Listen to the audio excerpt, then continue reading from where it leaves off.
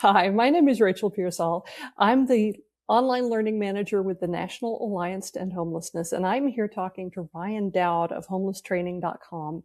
And Ryan has agreed to talk with us a little bit about de-escalation, which is something that we get a lot of questions about. So Ryan, would you tell us a little bit more about yourself? Yeah. Thank you, by the way. Big fan of y'all's work.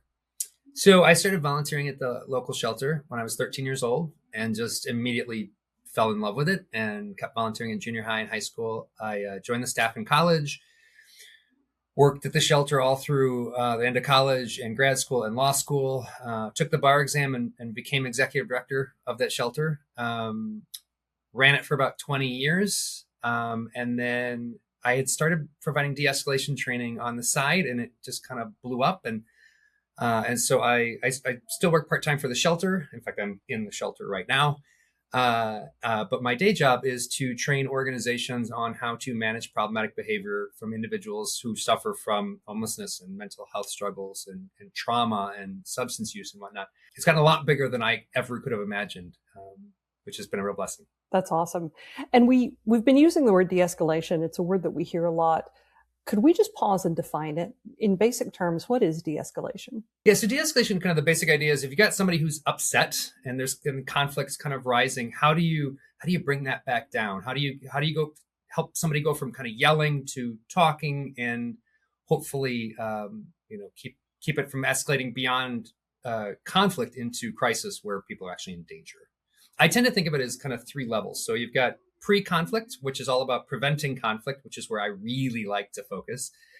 De-escalation, which is about bringing the conflict down, and then crisis, which is all about safety management. So what are some of the mistakes that people make when they're in an interaction and it's becoming escalated and they want to de-escalate it?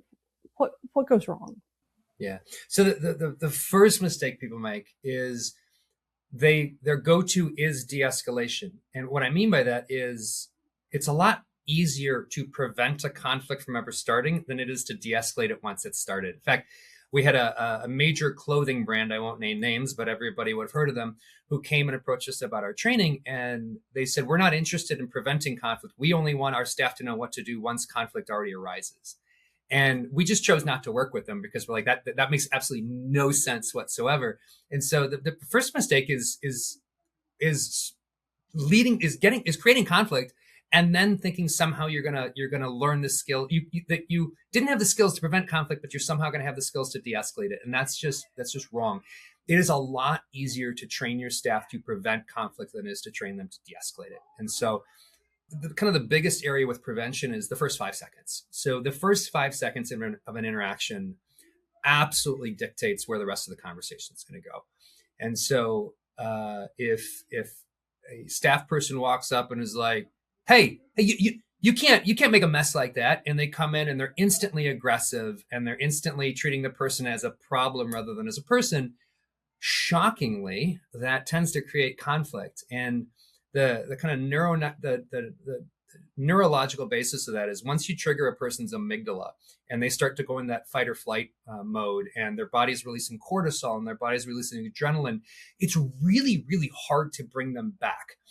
This is especially true if the person suffers from PTSD, because PTSD will cause that amygdala to be hyperactive. And so a lot of what I teach is how to keep from triggering that amygdala in the first place, because once it gets going, it's really, really hard to calm down. And so the easiest way to do that is just simply start with like, hey, my name's Ryan. What was yours? Johnny. Okay, nice to meet you, Johnny.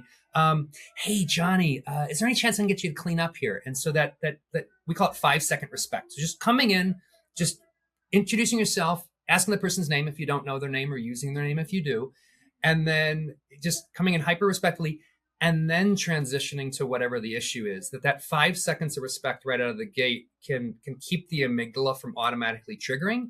And now you don't have to de-escalate them because they're not escalated.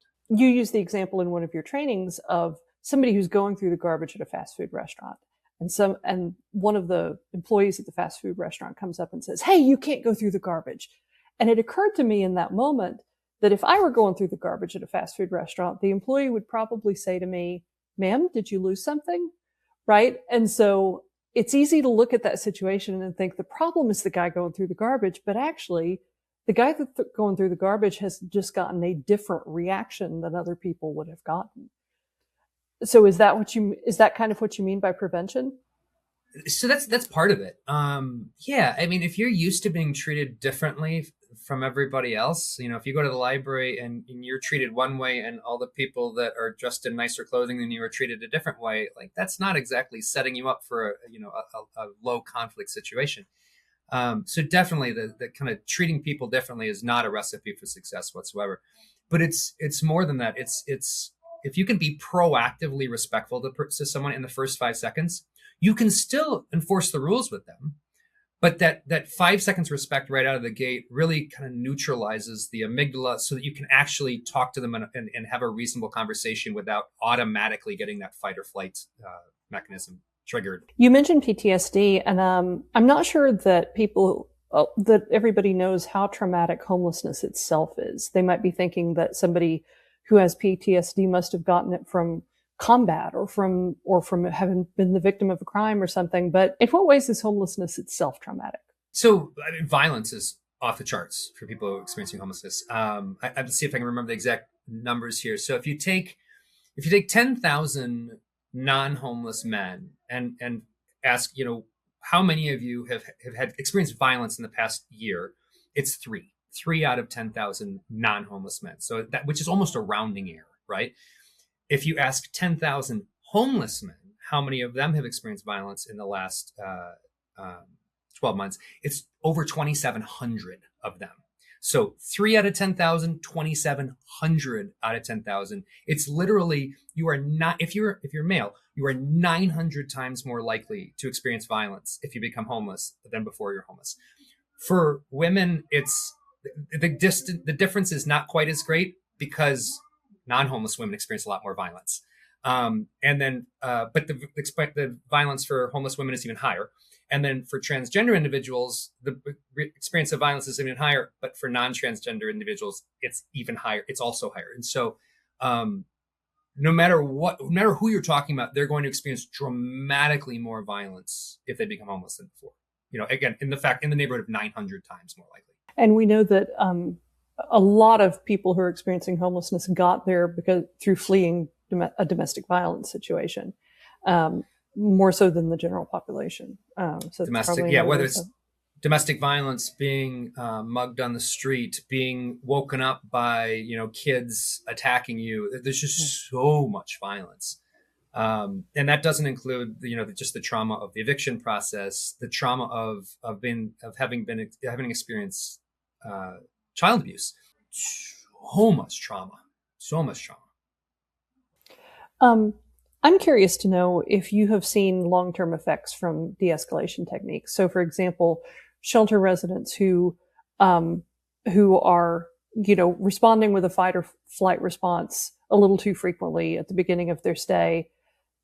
Does that ever change over time? Is it possible to build an atmosphere of calm and trust over time with people? Oh, absolutely. It really has to be a group effort, though. If it's really hard for one staff person to kind of unilaterally change the way an environment functions. But when an organization embraces de-escalation concepts and takes it really, really seriously, and holds each other accountable and does the training and does the role playing and whatnot, the environment absolutely does change. And it's really cool to watch kind of when an environment starts to calm down out of that super high conflict mode into something that's a little calmer. Just everything becomes easier. You have less rule breaking, you have less conflict, you're kicking people out less, and so you have less of them coming back angry. And absolutely. And the reality is that in my experience, about 80% of problems can be eliminated or at least dramatically reduced if staff are trained properly in de-escalation techniques. There's a certain percentage, let's call it 20%, where it's going to be challenging no matter how you handle it. But in my experience, 80% of the conflict that we experience is completely unnecessary and not necessarily caused by staff causing it, but poorly trained, poorly equipped staff. That's where 80% of the conflict comes from, not the populations we serve. So that's really a message of hope for people who are working in shelters and who would love to make it a more calm and welcoming environment.